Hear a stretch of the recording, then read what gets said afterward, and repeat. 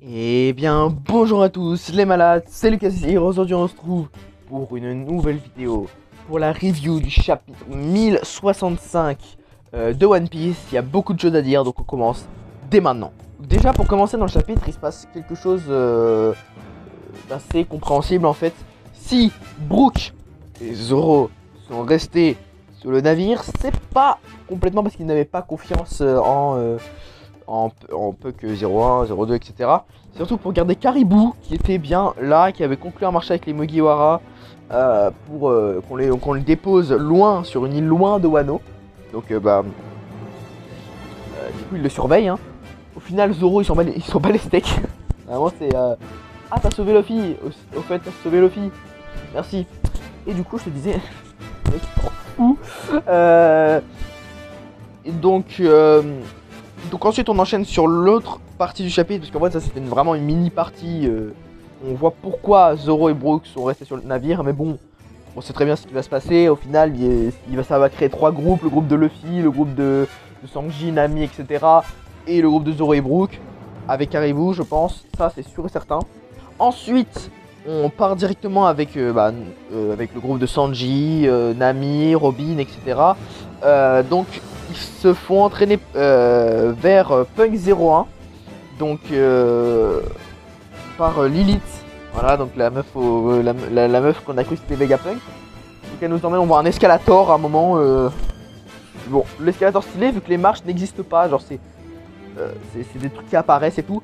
Et enfin c'est ce que j'ai compris. Et apparemment toutes ces technologies marchent à l'énergie du feu, donc c'est-à-dire c'est le feu qui le fait. Le problème c'est que c'est des énergies naturelles, donc c'est pas illimité malheureusement pour cette île gouvernementale. Donc ils traversent des murs, voilà, ils sont choqués et tout, mais pour l'instant tout va bien, on se dit mais c'est trop calme. C'est trop calme, il y a un problème. Et effectivement ils vont tomber sur un Séraphin, celui de Jinbei, qu'ils vont affronter. Nami va se faire, bon je pense en 1v1 elle serait morte. Du coup genre Sanji pète un câble, il arrive à ça, pas un coup de pied, Robin a pété un câble aussi.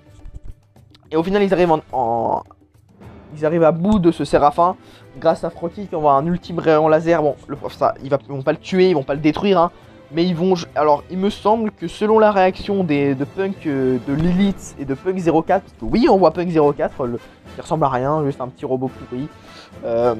Et bah, je pense, ou alors c'est peut-être pas Punk 04, c'est Punk 03. Je crois que c'est Punk 03, pardon. Donc, vu la réaction des deux, je pense qu'il a dû être blessé ou en tout cas égratigné, il a dû se passer quelque chose, en tout cas Franky. D'ailleurs Punk 03 était choqué que Franky puisse faire des rayons laser, parce que oui c'est pas commun, hein, les rayons laser c'est un peu eux qui l'ont inventé, tu vois. Au final Franky il a réussi à copier cette technologie, il est trop chaud. Donc voilà, donc ils vont, du coup on va découvrir tous les punks. Alors il me semble qu'on en a pas oublié, on découvre Punk 06 qui s'appelle York. C'est au début j'ai cru que c'était Bonnet. Parce que genre elle est en train de bouffer et tout. Mais j'ai l'impression qu'en fait chaque jour elle a un cycle différent. Genre par exemple là c'était le cycle manger, aller aux toilettes et dormir.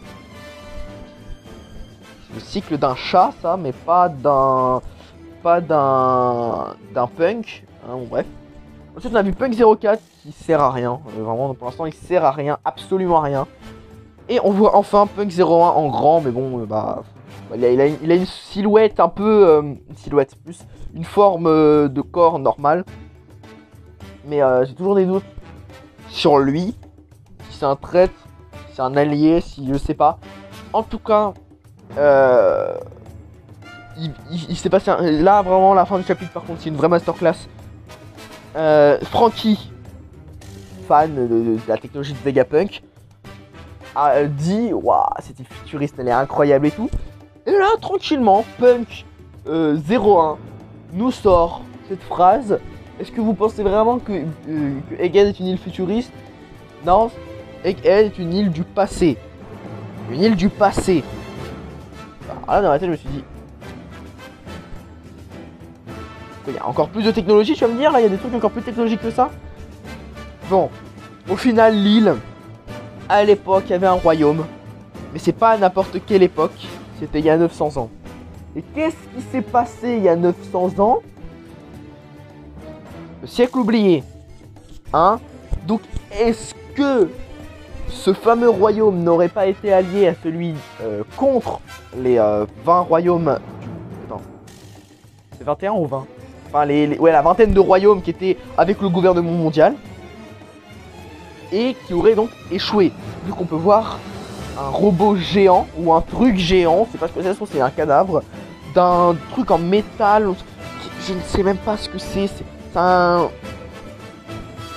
C'est gigantesque vu qu'on voit Luffy, Bonnet et tout à côté. Et ça se voit que c'est des décombres et tout, ça se voit que c'est un truc qui date d'il y a longtemps. Et là franchement, c'est vraiment étrange, surtout que la date d'il y a 900 ans. Et 900 ans, c'est pas une petite date de rien du tout. Hein. Si tu dis 900 ans dans One Piece, tu sais que tu parles du siècle oublié. Le siècle oublié, c'est l'un des plus grands mystères avec le One Piece, je pense. Donc, bah, c'est normal là de se dire... What? Bon, le chapitre est terminé. Une vraie masterclass encore une fois. Je lui mets la note de 8 sur 10. Parce que... Non, en vrai 9. Non, en vrai 9 sur 10. Non, en vrai 9 sur 10. Mais on va quand même passer à l'instant théorie parce que là j'ai une autre théorie, les gars. Je pense qu'elle va vous plaire. Instant théorie. Donc les gars, si on prend en compte que Egghead est une île du passé, qui date d'il y a 900 ans, donc ça voudrait dire que ça serait une... ça voudrait dire que si elle a été détruite, ou en tout cas qu'elle n'existe plus, même si c'était il y a 900 ans, comment dire, il y a des races qui datent d'il y a 900 ans qui existent encore, les géants ça existe encore, vous voyez.